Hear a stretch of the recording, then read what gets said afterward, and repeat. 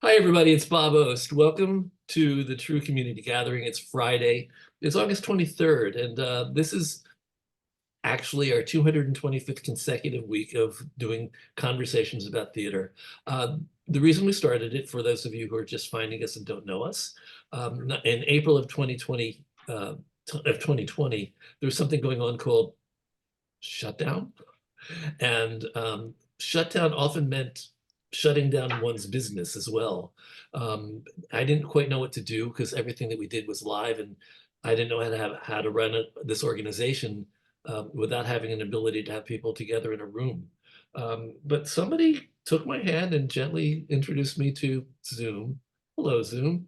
And I kind of got it, and I kind of got a Zoom account, and then I started talking to all the people that I knew that they were also in shutdown, all my members and friends, and I said, "You want to get together on a Friday and talk about stuff?"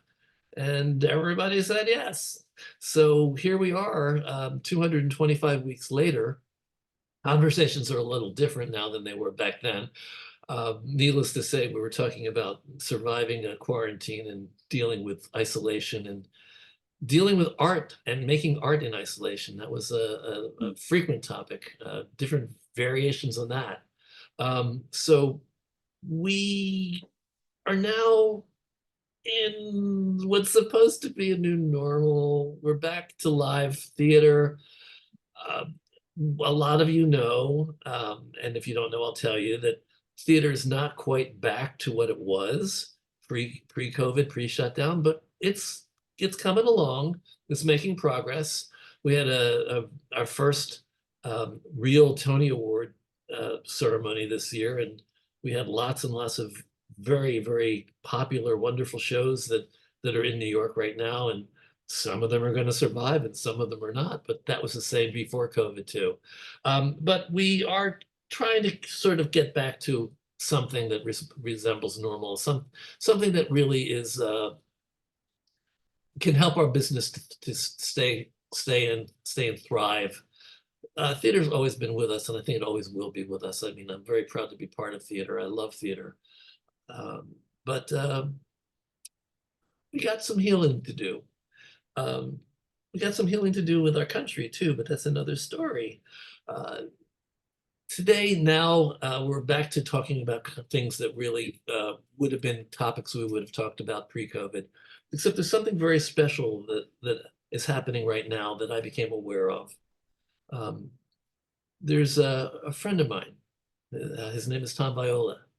I've known him since 1976, he says. I think 78, but 76. I'll buy 76. Okay. And we were very good friends back then, and we were both at the start of our careers. I was a writer and he was an actor. And son of a gun, if he didn't wind up being in a play of mine. And I've cherished him all these years, and I've watched him take surprising steps in his life and his career. Um, all of a sudden, my actor friend Tom was the executive director of BroadwayCares Equity Fights AIDS. And I'm just going to bring him on now, and we're going to talk about that. The reasons why this is a special time to be talking about it is because Tom is actually looking at retirement at the end of this year. Um, we're both old enough to retire. He's got the good sense to do it. So, Tom, let's talk. Well, We'll talk a little bit about our early days together. sure. I Well, mean, again, probably but like you said, Bob, I came to town like so many people do who are now doing many different things. Probably a lot of people here as well. I came to town to be an actor. I came to town because I wanted to be a part of New York City. I came to town. I mean, it's not too far-fetched to say because I wanted to be gay. And feel I could do that in a place where there was a community and it was possibly safe to do that. I'd been a musical theater major at Cincinnati at CCM a bazillion years ago, and landed in town with all the prerequisite dreams and excitement and hopes that many people do. When I first landed in town, I was studying with Austin Pendleton for 2 years down at HB, which was wonderful. Also did that, studied with Terry Schreiber at his studio off of Washington Square, and with a wonderful woman, an actress named Ray Allen, at a place on 78th Street. And I began to get a little bit of work. I worked some regional theater, I worked in some dinner theater, and really in New York, short of doing some voiceover things, working on your play, Readers, by Robert Ost, ultimately down at the Nat Horn Theater, was thrilling. I mean, I remember when we had made that acquaintance and you were having readings of the play, I think in your living room up on Probably, yes, it was probably my living room, yes. Yeah, and we did a number of those, and you asked me to read the character of Chris, which was a young man who was involved with an artist who was at this artist colony, which was the premise of the show. I was thrilled to do that. And through a couple iterations, we ended up at the Nat Horn Theater, on some kind of that little equity contract. And I remember that production and those series of performances, however many it was, very fondly. And like 12. I said, I think it was 12 performances. Yeah, and oddly enough, I didn't realize it at the time, but that was really, in retrospect, I realized that was my acting swan song. One of the gentlemen I met, Bill Elverman, who was in the play, was good friends with a friend of his was David Bibby, who was the partner of a literary agent named Ron Bernstein. And they needed an assistant for a short period of time. And I just figured, in addition to catering and cleaning apartments and whatever else I was doing, I could do that job. And that kind of literally put me on a freelance writing track that I didn't realize was happening until I looked back and realized I hadn't been to an audition in about a year and didn't really mind. I was one of those actors that really, and you need to do this, did not enjoy the audition process necessarily. I loved the rehearsal process, and I loved being involved in the microcosm of a production. But the audition process was hard. And I discovered as a freelance writer that that was much easier for me, the process of even blindly submitting things. So anyway, and that freelance writing led me to Actors Equity, which led me to Equity Fights AIDS and working for Colleen Dewhurst, and basically what became BroadwayCares Equity Fights AIDS. Well, let's talk about Colleen Dewhurst, because I use her as a teaser in my marketing blurb. So, how did you find your way to Colleen Dewhurst, and how did she impact? And by the way, I do want to point out the obvious, which is that both of us were writers at that point. Yeah, absolutely.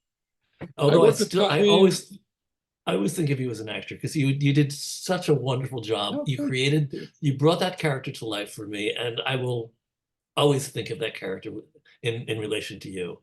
So well, thank you. And just to say to folks here, that character had bangs. That's right. Yeah. That's right. That character did have bangs. Yeah. Yes, he did. Yes, he did. I remember those days. Yeah, me too, barely. But anyway, the freelance writing gig led me to Actors Equity. And I was hired like a pen for hire to write their staff manual and the Welcome to Equity pamphlet and a couple different things.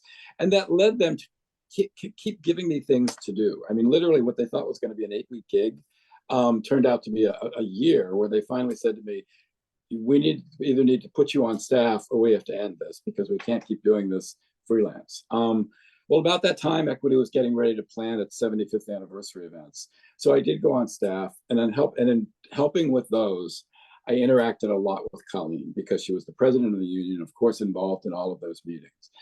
And as luck would have it, Colleen and I sort of had a great rapport.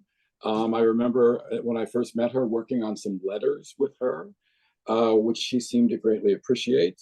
So when she was running for president again in 1988, my understanding, and I take this as a great compliment, is that she asked, part of her agreement to run again was that they would put me on as her assistant.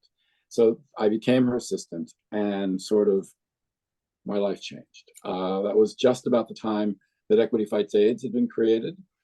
Colleen really wanted Equity Fights AIDS and working with BroadwayCares to take root in the industry. So she sort of cleared the decks so I could and we could do whatever we felt we needed to do, even at these scrappy little ways, to begin to raise funds for what was then the HIV/AIDS initiative of the Actors Fund.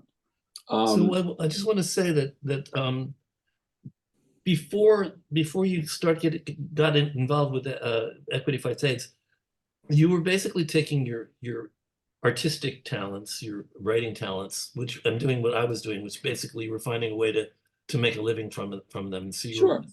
for me, I was a playwright, but I was also an advertising copywriter. So I was doing similar kinds of things, taking information and putting it into communications that would be persuasive for people out there and bring people on board to whatever we were offering or selling. The pivot you're about to, I've stopped you because the pivot you're about to go to is what I consider the pivot from art to service. And it's the same pivot I made with TRU.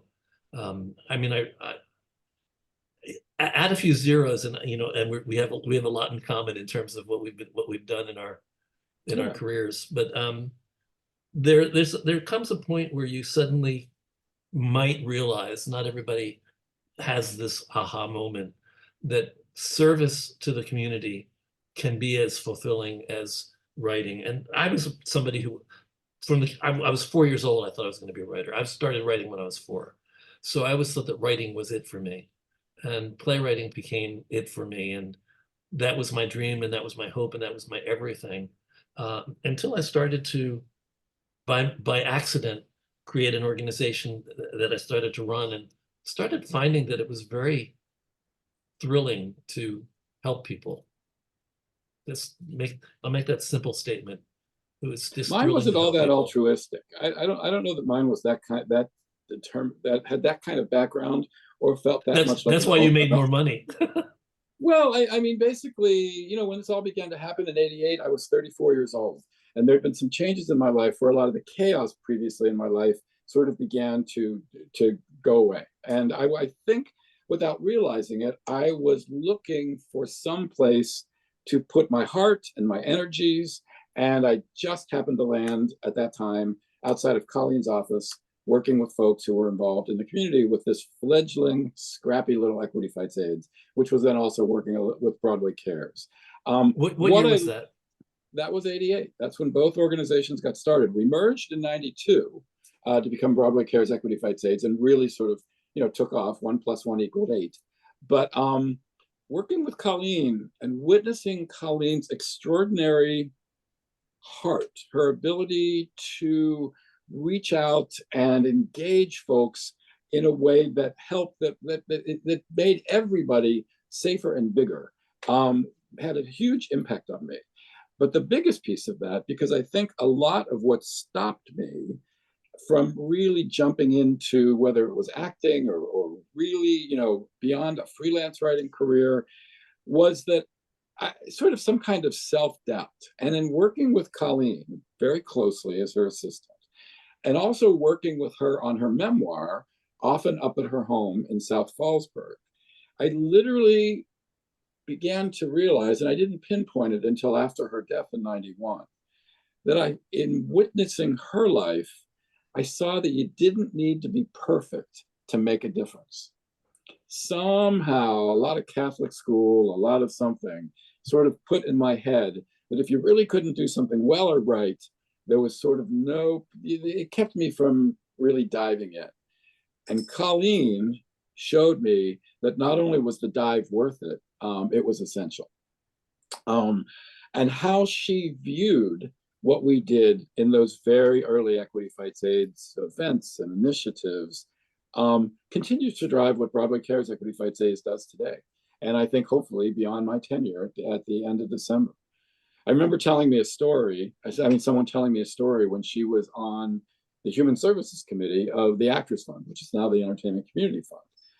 Oops, and here comes a cat. Anyway, and they were talking. Don't worry, we've had plenty of cats on this.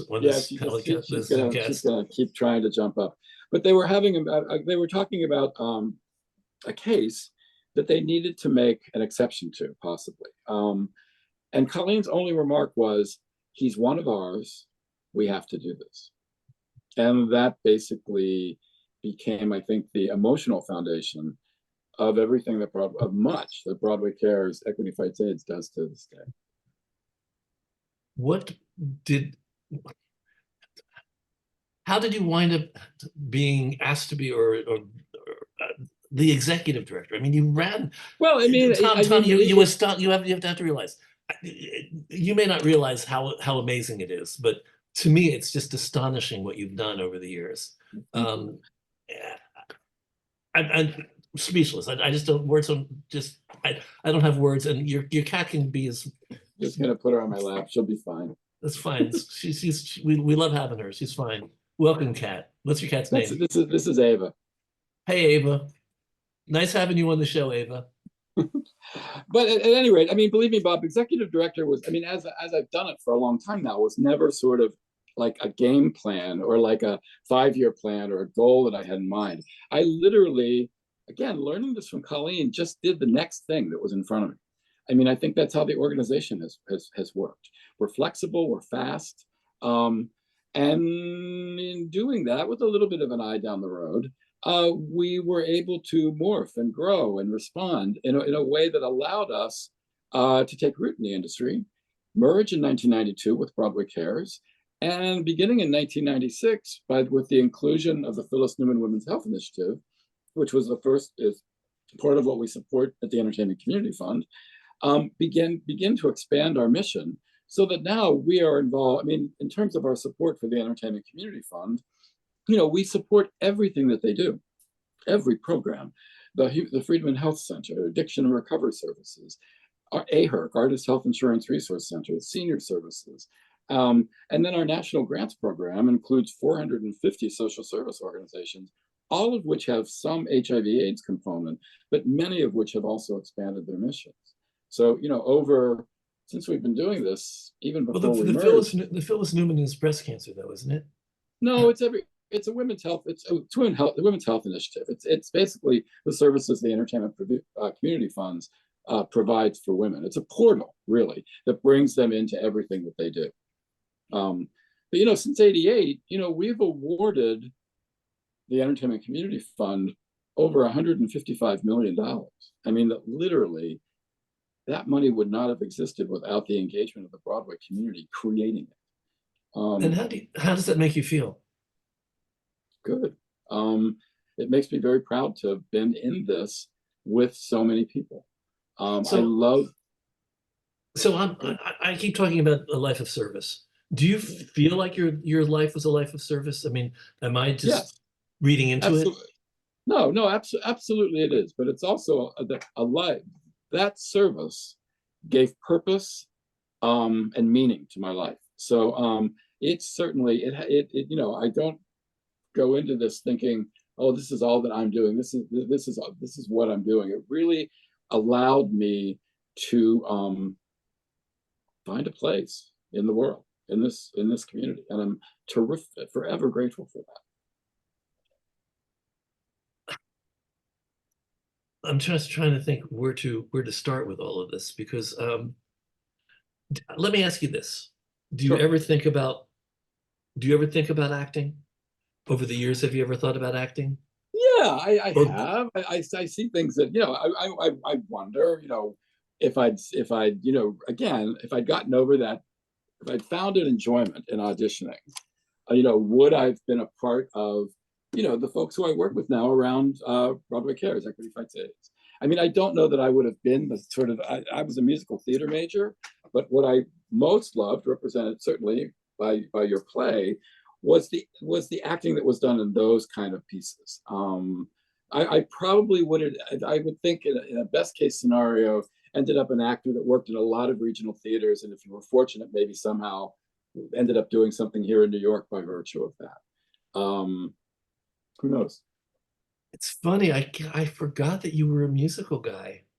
Yeah, seems kind of silly. I just completely forgot. I mean, you never sang for me, Tom. So I did not. But I think I remember you going off to was it a dinner theater in Florida? Yeah, the Naples Dinner Theater in Florida. Yeah. So where I was the jester in Once Upon a Mattress. Speaking of a current production. There you go. Just think, and believe me, there's a picture of me floating around somewhere in that costume that hopefully will never surface. Oh, I'm gonna start looking for it There you go. now. Okay. Um, what what do you think um, keeps you doing this? I mean, I know that you said you get a lot of satisfaction out of it. What does that mean to you? I mean, Well, I mean, just I've been doing this for a long time, certainly, but it's not like doing the same job year after year after year after year. I mean, the growth, the different challenges. We've basically survived two epidemics, HIV/AIDS, and certainly with the advent of medications in 1996, that game changed. That's also was the beginning of our expansion, of mission, so that we could reach out. For instance, when we were funding God's Love We Deliver, which we, provide with like a $50,000 grant every year now. When they began to realize that they needed not only to be providing meals for homebound people living with HIV, but how could you turn around and go back down the elevator for someone homebound who was living with multiple sclerosis or ALS or Parkinson's or some kind of, serious illness. That was the beginning of their expansion of mission. Then we began to fund the organizations that were doing that. Then we began to encourage the other organizations, the meal delivery programs across the country, to basically make that same change. Karen Pearl, who was the ED at God's Love We Deliver, I want to say this was maybe happening in about 2006. She and I reached out to EDs at Project Angel Food in Los Angeles and Community Servings in Boston and Project Angel Heart in San Francisco, and literally said to them, if you will consider this expansion, we will increase our grant. Because there were folks on the founding boards of some of those organizations who were concerned that if by expanding the mission, there was going to be a smaller piece of the pie for the folks the organization had been created for, people living with HIV/AIDS. I felt that in fact, by offering more, we would raise more money. So in fact, we would ensure the continuance of those services for people living with AIDS, as opposed to giving them less. And that's indeed what happened. what would you say, if you can, were some of the things that you initiated at BroadwayCares Equity Fights AIDS that you think made a really, really big difference? Well, I mean, some of this had to have been your ideas. Some of the things had to be something you fought for. What was your biggest fight? I don't really, biggest fight? I don't really remember there being the biggest fight. I mean, what I always kept my ear to the ground for was what the community was interested in funding, in looking for what was holding their interest, so that we could make sure that we could hold their interest around the topic of HIV/AIDS. So all that expansion at the Entertainment Community Fund, bringing on the Women's Health Initiative, funding the Friedman Health Center, which now serves hundreds of folks, thousands across the community, being one of their major funders. All of funding the flu shots that are given backstage every year.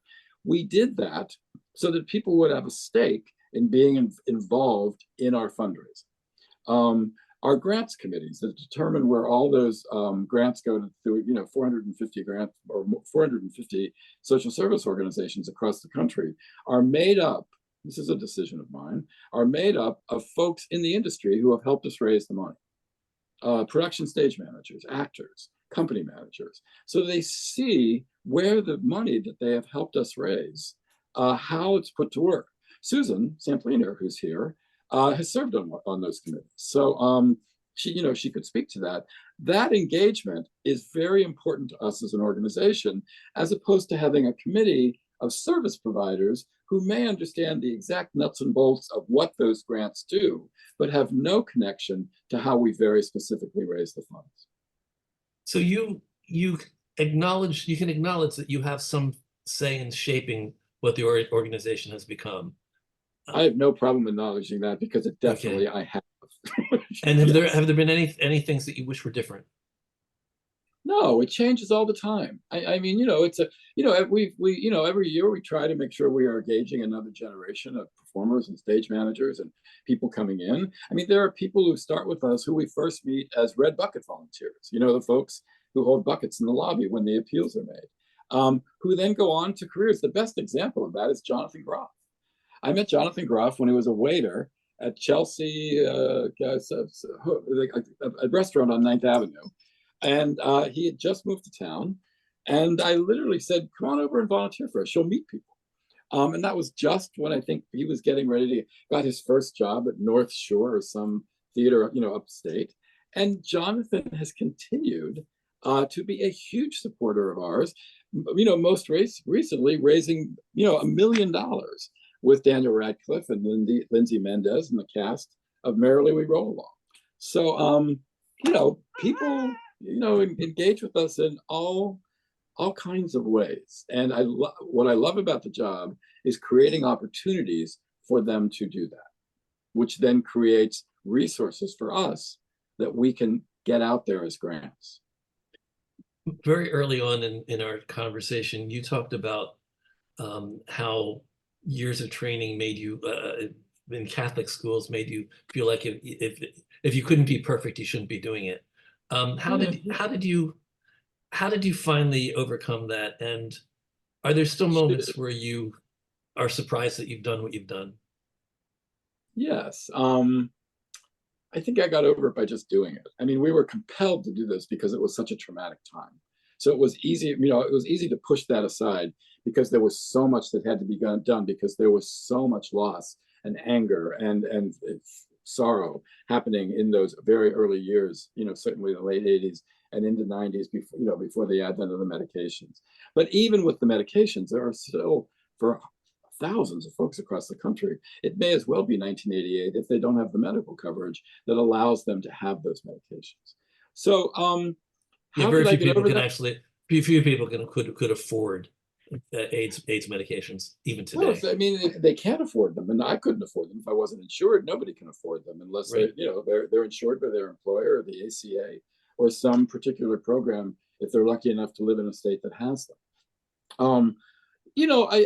The flexibility that I mentioned, the ability to be responsive, the ability to hear what the community wants us to be, how to steward that money that is raised, not only by them, but by very many major donors and sponsorships, is important. To me, two things, to be responsive and to make sure people feel thanked and appreciated. That's a big, big part of my job. I don't need to really understand the nuts and bolts of what it takes to do, it's massive, BroadwayCares at Hammerstein Ballroom. I have to make sure I know that we have folks who can do that. But do I need to know exactly that? No. But I need to be able to be responsive to the needs of the folks who are doing that and create an environment so that people want to be engaged with us. And that I take a lot of pride in. So in a sense, you do have producer skills. That could have been another path. Bob, I would actually say not in a sense. I would say very definitely. Yeah. So that could have been another path.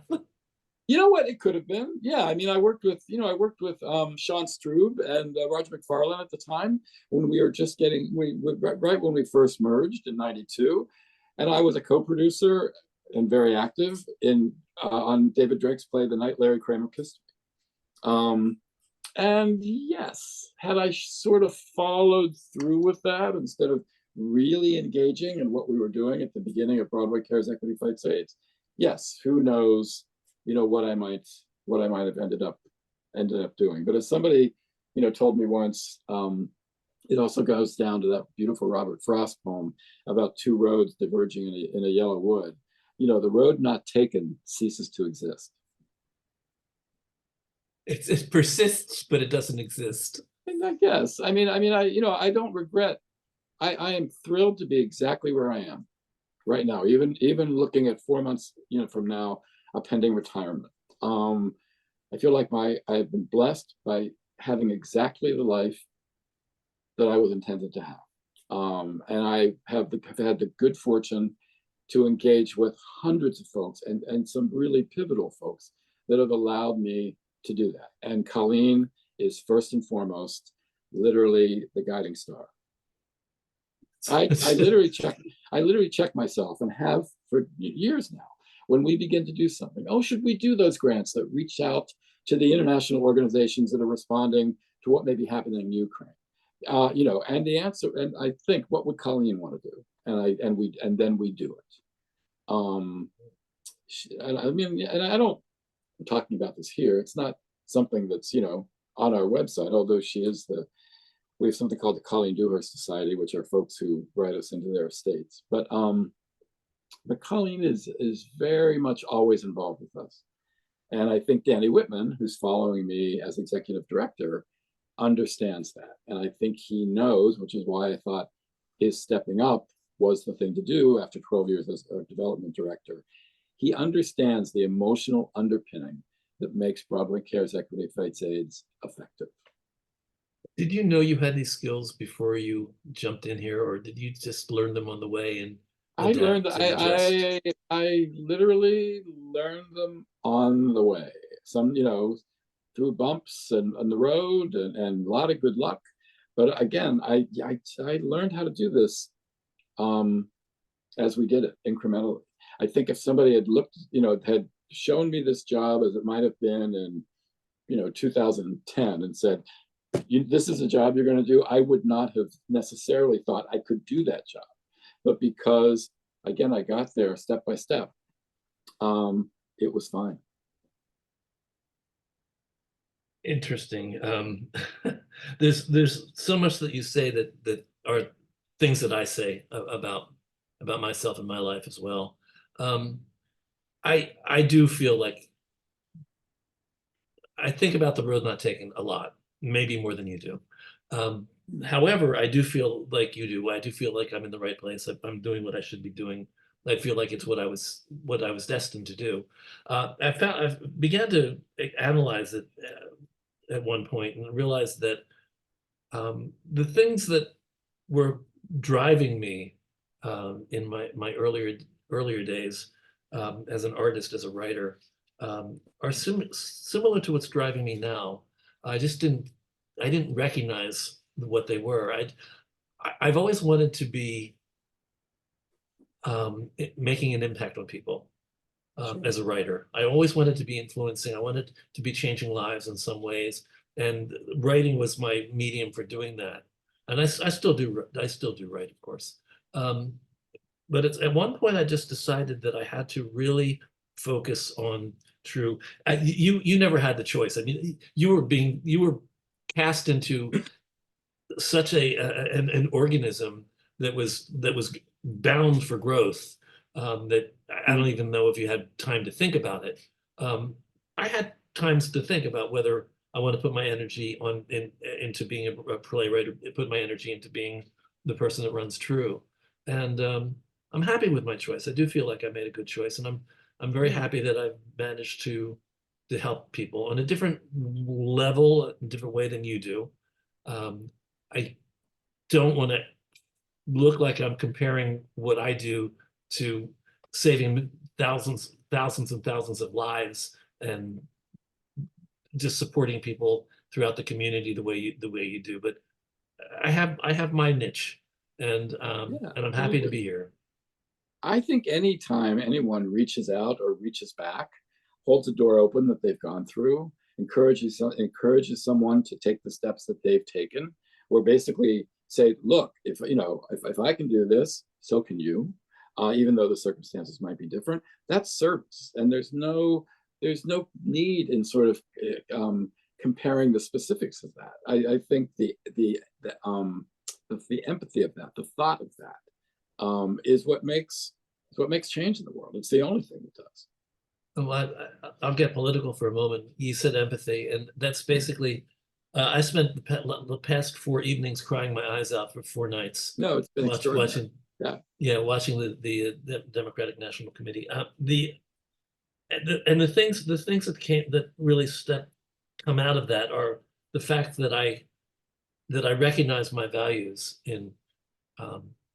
I think, like Pete Buttigieg, I don't want to make anybody wrong on the other side. Other people have their values, but it's just wonderful to witness your values being validated by so many people, saying things that are just very moving and heart-wrenching for me right now.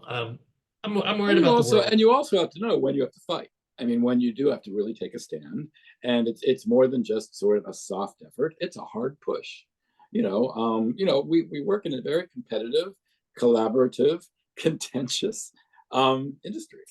So how we navigate that, working in between so many contracts, I mean, there's a lot, to be aware of and smart about, and understanding sort of what's right, anticipating what might be a problem, learning from mistakes that we've made.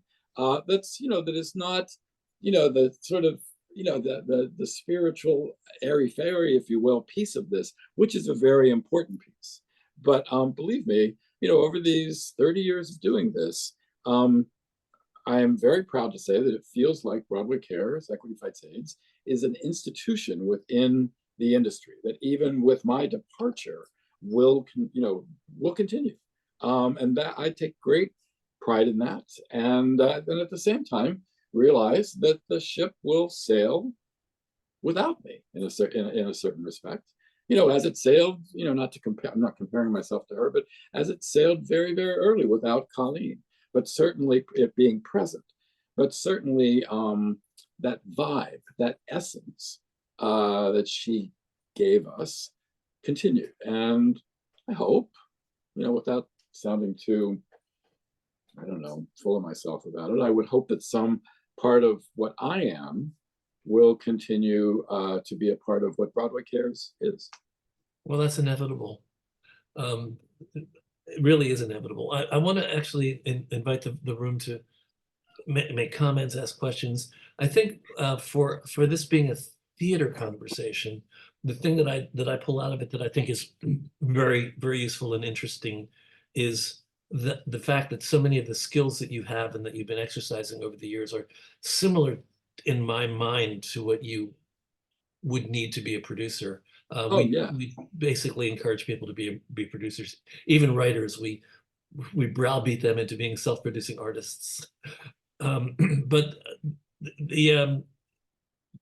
there's much to be gained from it, and there's much satisfaction from being the person behind something, like being the person that's made something happen. I hear about, like, even people that invest in shows. I've heard stories about people who go to a marquee, point to the marquee and say, "I helped make that happen." So let's talk about this. Well, the thing you have to remember too about being, like you are at the top, at the head of TRU. I mean, basically, you're going to set the tone for how the organization functions. You're going to set the tone for how the organization engages people. The Italians say, and this is sort of the inverse of that, a fish stinks from the head, meaning that rot starts at the top. And certainly all we have to witness is the other side of the convention we just saw to see how that is very, very true. But the thing that I've always kept in mind, that someone shared with me many years ago, is that as the director, as the leader of any organization or any endeavor, you have to be able to do two things. You have to share the credit, and if necessary, take the blame. And basically, that's how I hope I interact with everyone from the staff to board members to volunteers to all these folks, so that they feel like I am not there to steal their thunder. I am there to amplify that thunder in a way that helps us all. I'm still hoping that the room will join our conversation, because I depend on the room. No, nobody's jumping in. RK, I'm going to put you on the spot. What are your thoughts about a life of service versus a life of art? Oh, Kip, you have your hand. Go to Kip, though. Go to Kip, and I'll come back. Okay, Kip. Art is service. Hi, Tom. I just wanted to open up my mouth and express a little bit of appreciation, or maybe a lot of appreciation. When it was the mid 80s, I was just a little kid, and my dad was an epidemiologist, and he loved to talk about his job. And I remember when AIDS started to kind of really take hold, and he would come home And I remember that he stopped wanting to talk about his job, because he was in the business of trying to figure out just what the hell was going on. And I was a teenager and I wanted him to talk about it. And so he would say, we don't really know what to do. And it's got us all mystified, and it's very aggressive. And there's, I mean, he didn't say this, but the sense I got was just that there was just no hope. And listening to you now, wow, I wasn't expecting this, but I guess it doesn't surprise, you know, hearing that you were coming to speak today and talk about this. But it really was kind of a huge part of my young life. I ended up studying music theater myself. At the time, I had no idea that I was going to take an interest in theater or an interest in writing or anything like that. I thought I would become like this computer technologist guy, which I ended up doing. But I was always so struck by his courage that he was willing to do it, because none of the internal medicine guys, and he was well respected. He was this doctor, and you know, we lived in Michigan, and he was well respected, and you know, would confide things in me. And so I'm so struck by many things, some of which I'm assuming, but it seems like a safe assumption because you really seem to be like one of those angels that walks among us.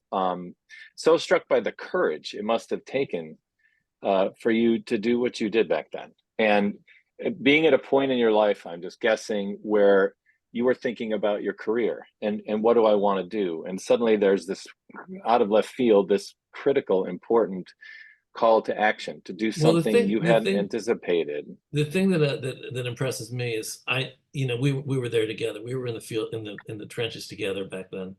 And what occurs to me and what I'm really impressed with is the fact that we were all frightened to death. We were scared to death. And there was no help coming from anybody. There was no hope. There were people. It was almost. Why would you bother getting tested? It wouldn't matter. You know, tested for what? So what I'm impressed with is that Tom, through all of this, and I know he underplays how difficult it was. Tom was embracing an environment and something that was happening in our culture that most people would run away from. But he was willing to give it a shot and see whether he could be a source of hope for people.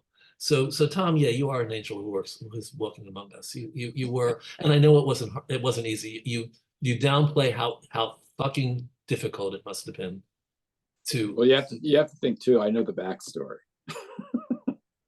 So no, but seriously, I mean, landing on this road, literally when my life sort of took a turn in '88, beginning to work with Colleen, sort of again the chaos sort of dropping out of a lot of my life, feeling like I was less of a fuck up. You know, just for the records, Tom, fuck up would be the last word on my list to describe you. The last. But chaos is good. But truly, this I've said it before. I mean, I was very fortunate to find a purpose that I could latch onto in a way that I was able to at that time, and then grow with it with a lot of other people. You know, this job and this endeavor has given me community that has become family that I wouldn't have had otherwise. There must have been fear still within the organization. It was terrifying. Yeah, it really was terrifying. Yeah. Arcade, did you want to make a comment? And unmute yourself first. I can hear you better when you're unmuted. Yeah, it's very funny. Yeah, okay, very okay. funny. There you go. Very funny. Ha ha ha. All right. Well, you know, many of us face a choice in our careers. You know, Bob, you certainly have. Tom, you're describing it, of where, you know, you're following a path in the arts directly as a performer or a playwright or something like that. But, you know, it's becomes very difficult to be able to sustain any sort of livelihood in that arena alone. And so finding another thing that allows you to continue to be involved in the arts, Sure. is a godsend in and of itself. Without a doubt. I mean, again, had this not presented itself and in a way that I could step onto that road, I have no idea what I might be doing. It's hard to say. I mean, who knows? Yeah. And much of my career, after being trained as an actor and director and doing all sorts of things, moved into the producing area because I gained experience in business and was able to then assist the development of theater through the business acumen that I kind of picked up along the way. It just goes to show how entrepreneurial the theater training and theater people are. They can move in a variety of ways. Yeah. I mean, learning how to operate, even as an actor or anyone who's working backstage, if you will, just learning how to engage and behave and collaborate and exist and thrive in that environment, I think is translatable into all kinds of careers. It's why, frankly, the Entertainment Community Fund has a program that we've funded forever called the Career Center, which helps folks look at all of the skills that they've gained as an actor, whatever, often many times it's actors, but some piece of the theater, and how those translate into folks not only doing other jobs in the theater, but becoming nurses and social workers and lawyers and teaching English as a second language. I mean, it's a rich, rich background that doesn't have to be focused on any one thing that you may feel you've not done as well as you might have liked to enable to do something else. I've seen many people who I've first met as actors who now are terrific therapists. Again, producers, company managers, nurses, all sorts, and they're all some kind of service commitment. I'm sure we've got a few hedge fund managers, but I would guess I would guess fewer than we have social workers. Yeah. Anyway, well, thank you for sticking with it. You're welcome. Yeah, Thank you. it just amazes me. You amaze me, Tom. You amaze me. Mila, did you want to make a comment or ask a question? You had your hand raised. Where are you? Oh, she's hello. I can't. Oh, hi. No, I'm here. Okay. Can you hear me? Oh, hi. Yes. I can't start my video, but that's okay. I don't have my makeup on, so I won't stop my video. When I was at Juilliard was when the AIDS epidemic burst open. And I went to the Actors Fund home. I went to all the hospitals. So many of my friends were there. There was a gentleman who sold recordings. I found out later that it was completely against the law of Broadway shows and operas. Oh, pirated recordings. Yes, our favorite thing. Yes. And so many I went to one of the places I started. I woke up singing this morning, got out of the right side of bed. I woke up singing this morning, and this lady jumped up and started singing it with me. And I found out that was the woman who introduced it in A Date with Judy, I think was the name. And after I was finished doing my little concert, I burst into tears because that was what I always pay it forward. But to have her, this was the woman that changed my life when I was 6 years old. When I was 6 years old, I sang that song on a TV show with Arthur Godfrey and Michael Landon. Michael Landon, I found out years later, I found a letter from him to my mother. He wanted to take me to Hollywood and put me in an episode of Bonanza. And Arthur Godfrey wanted to put me on the Ted Mack Amateur Hour. And my mother said no. So I said, guess what, Mom? I'm going to get a full scholarship to Juilliard, and you're going to pay for me my living expenses when I moved to New York. She couldn't say no. And indeed, I got accepted into Juilliard with a full scholarship in a postmaster's degree program. Mila, when were you at Juilliard? I was there. I finished in about 81. Oh, okay. Because at one point early on, I want to say from like maybe 89 through about 92 or 3, I was part of a group of guys, and I was going representing Equity Fights AIDS at BroadwayCares, and we were talking about safe sex. We were talking about talking to the students at Juilliard about how they could protect themselves and keep themselves hopefully safe. And I attended one of those because I live 5 blocks from Juilliard, so I'm always there. Yeah. And I do a lot of volunteer work. I mean, you name it, drop a handkerchief and I'm there, darling. Okay. I want to move to Ross. Ross says he has two. The voice of God, are you there? Hi, Ross. Indeed, Ross? I am. Okay. There you are. So, question number 1. There is a certain heightened state of existence that acting is. Did you miss that? Yes. Like I said, I loved being part of the performance, you know, the environment backstage. So yes, I missed that.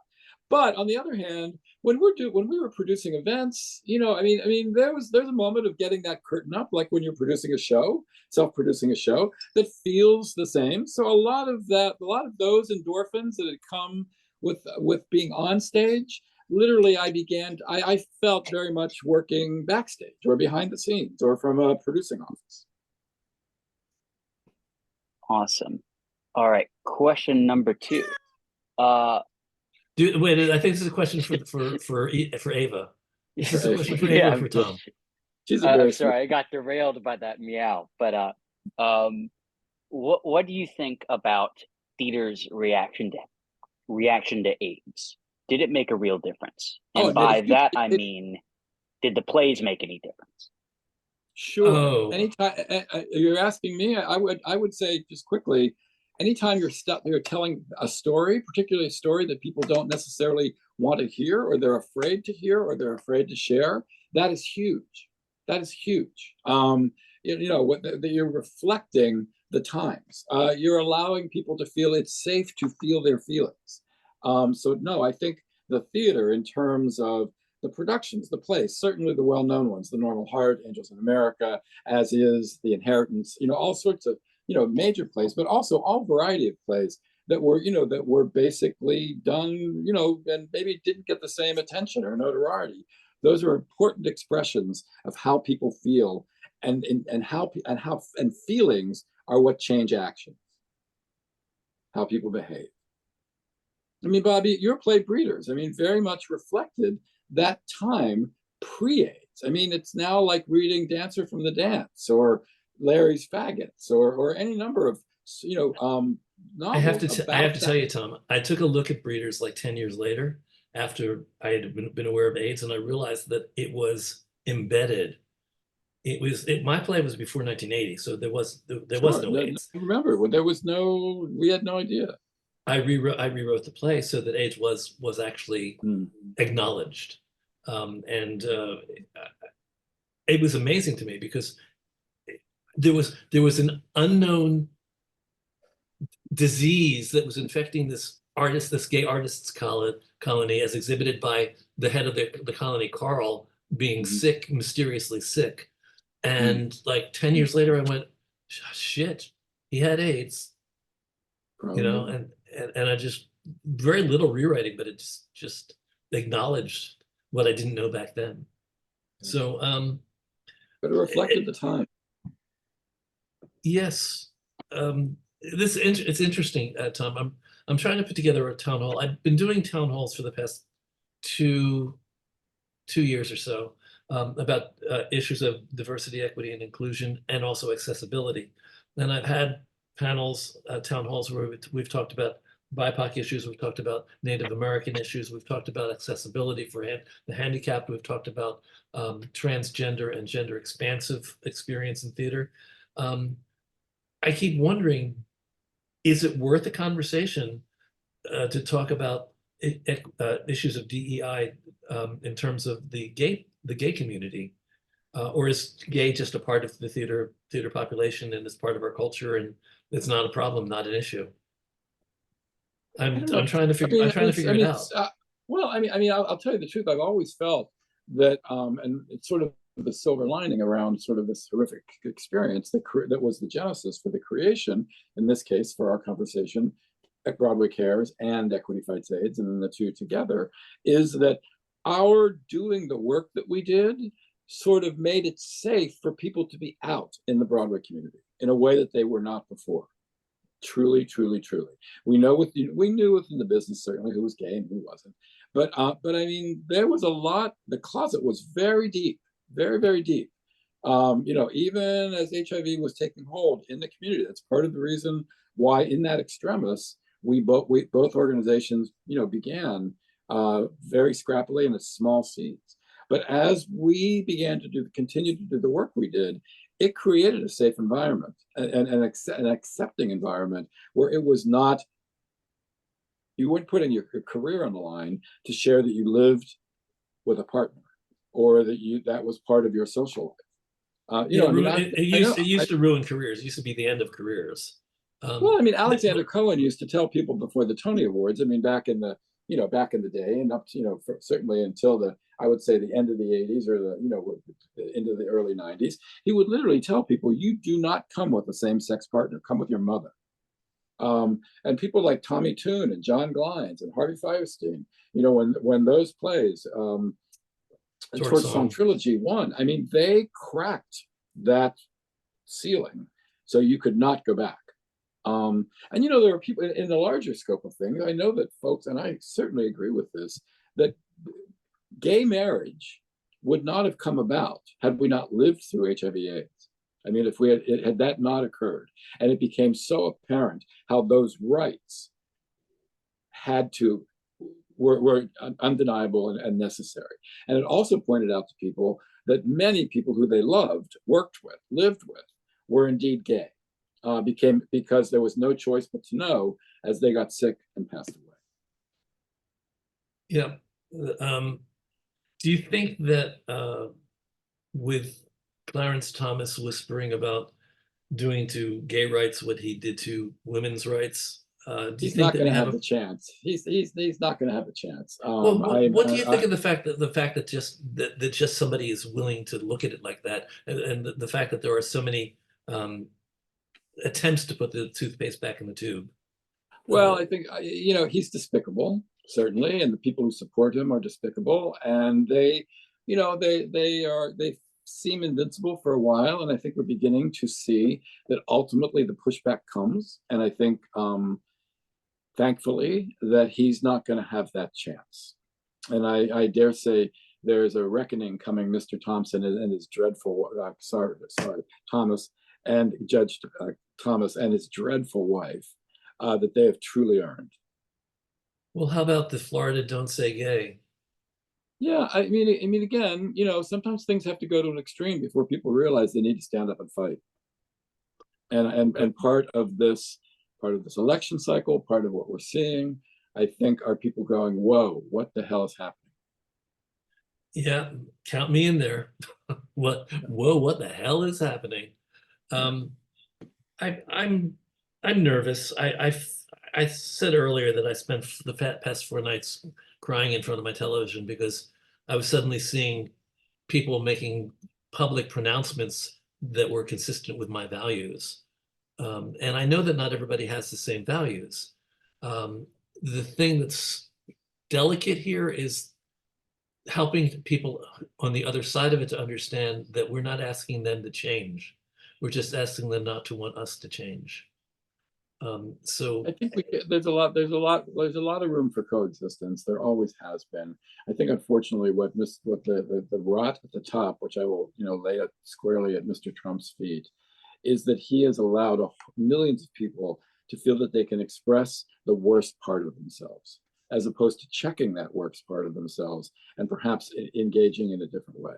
And hopefully, we're beginning to see some of the end of that. I hope so. I have this weird new feeling that I've been experiencing called hope for the past 4 days. Hadn't felt it in quite a while. And hope's important, but again, as Kamala said, we also need to fight. We need to stand up and be counted and show up, and vote. Do something.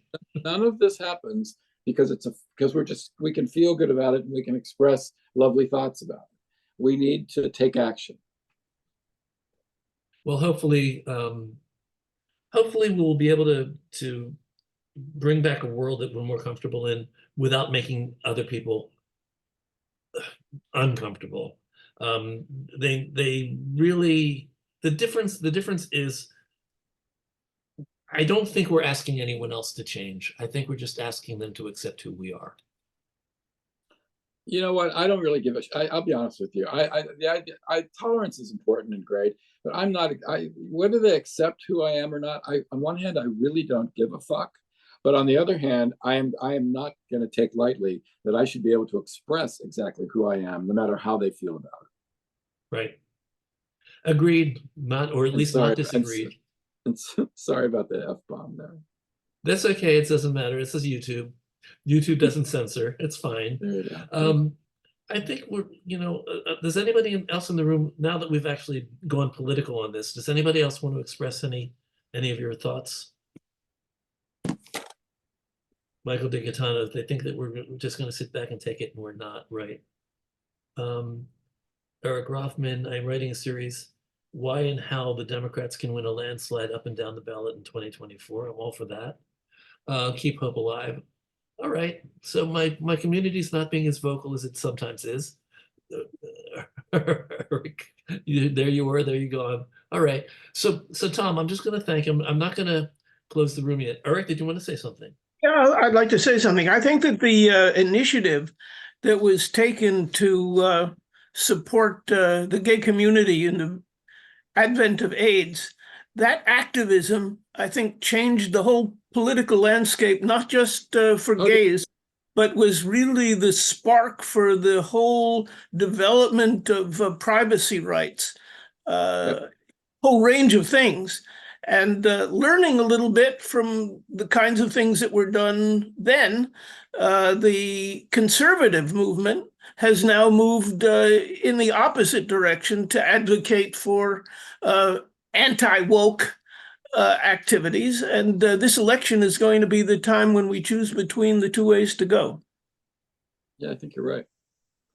I mean, a precedent was set. I mean, basically on how to demand how we could take care of ourselves. I mean, I know there are people who, question the activities and the efforts and the processes are act up, but without their action, none of this would have happened.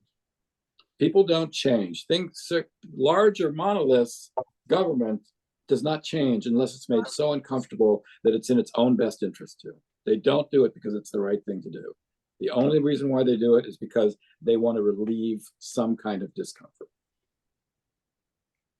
Well, we're going to end on a political note. So, and that's just fine. What do you think? So Tom, I wanted to thank you because it's 6:32. If you can stay a little, we can hang out a little bit. But Sure. I just wanted to thank you for being here. I wanted to thank my community for being with me yet again for the 225th consecutive week.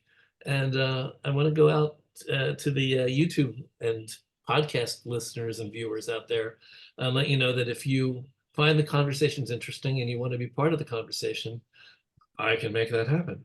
You can just email also, Bob, me. could I add one thing? Yeah, sure. If you'd like to find out more about BroadwayCares Equity Fights AIDS, please go to our website, which is www.broadwaycares, all one word, .org, O-R-G. BroadwayCares.org.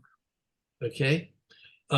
Yeah, everybody, please, the work never stops. We still have a need for support, and Equity Fights AIDS, BroadwayCare Equity Fights AIDS is doing an enormous amount for so many different communities, not just the gay community. As Tom sort of explained earlier, there are 1,000 initiatives that they support. So support them. If you want to be part of the room and you want to be invited to the Zoomcasts, next week I'm actually going to be interviewing a gentleman from Poland named Nurkowski, who actually is following in the Jerry Grotowski legendary footsteps in his theater in Poland, and is also going to talk about not only Poland but all of Europe and what's going on in the European theater. 2 weeks I have people coming from Philadelphia who are going to talk about the Philadelphia scene. We're going from Poland to Philadelphia. Why not? Of course. And then I've got Tanya Pinkins coming up as a guest, and I've got a company, a site-specific company that's going to be visiting with us in about 3 weeks. We're going to talk about pop-up theater that happens all over the place. They're a company that just it pops up anywhere. You'll know more about that when I have Lise Walker on. This has been a community service. We've been talking about service to some degree today. And yes, TRU acknowledges and owns the fact that we are a service organization and we try to serve the community the best that we can. And part of that is welcoming people into our programs, even if you don't pay for them. We have a pay what you can, and some people don't pay anything, and that's fine. However, if you'd like to see us continue to do what we do and maybe do it a little bit better, a little bit more comfortably, give a donation. Right now we are doing a summer donor drive. So this is a particularly good time to donate to us because we're trying to raise money for our fall programs.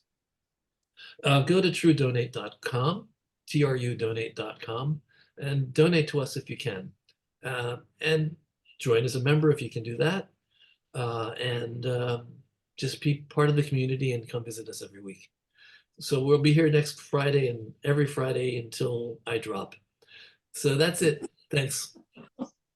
Thank you, Bob. Yeah, thank you, Tom.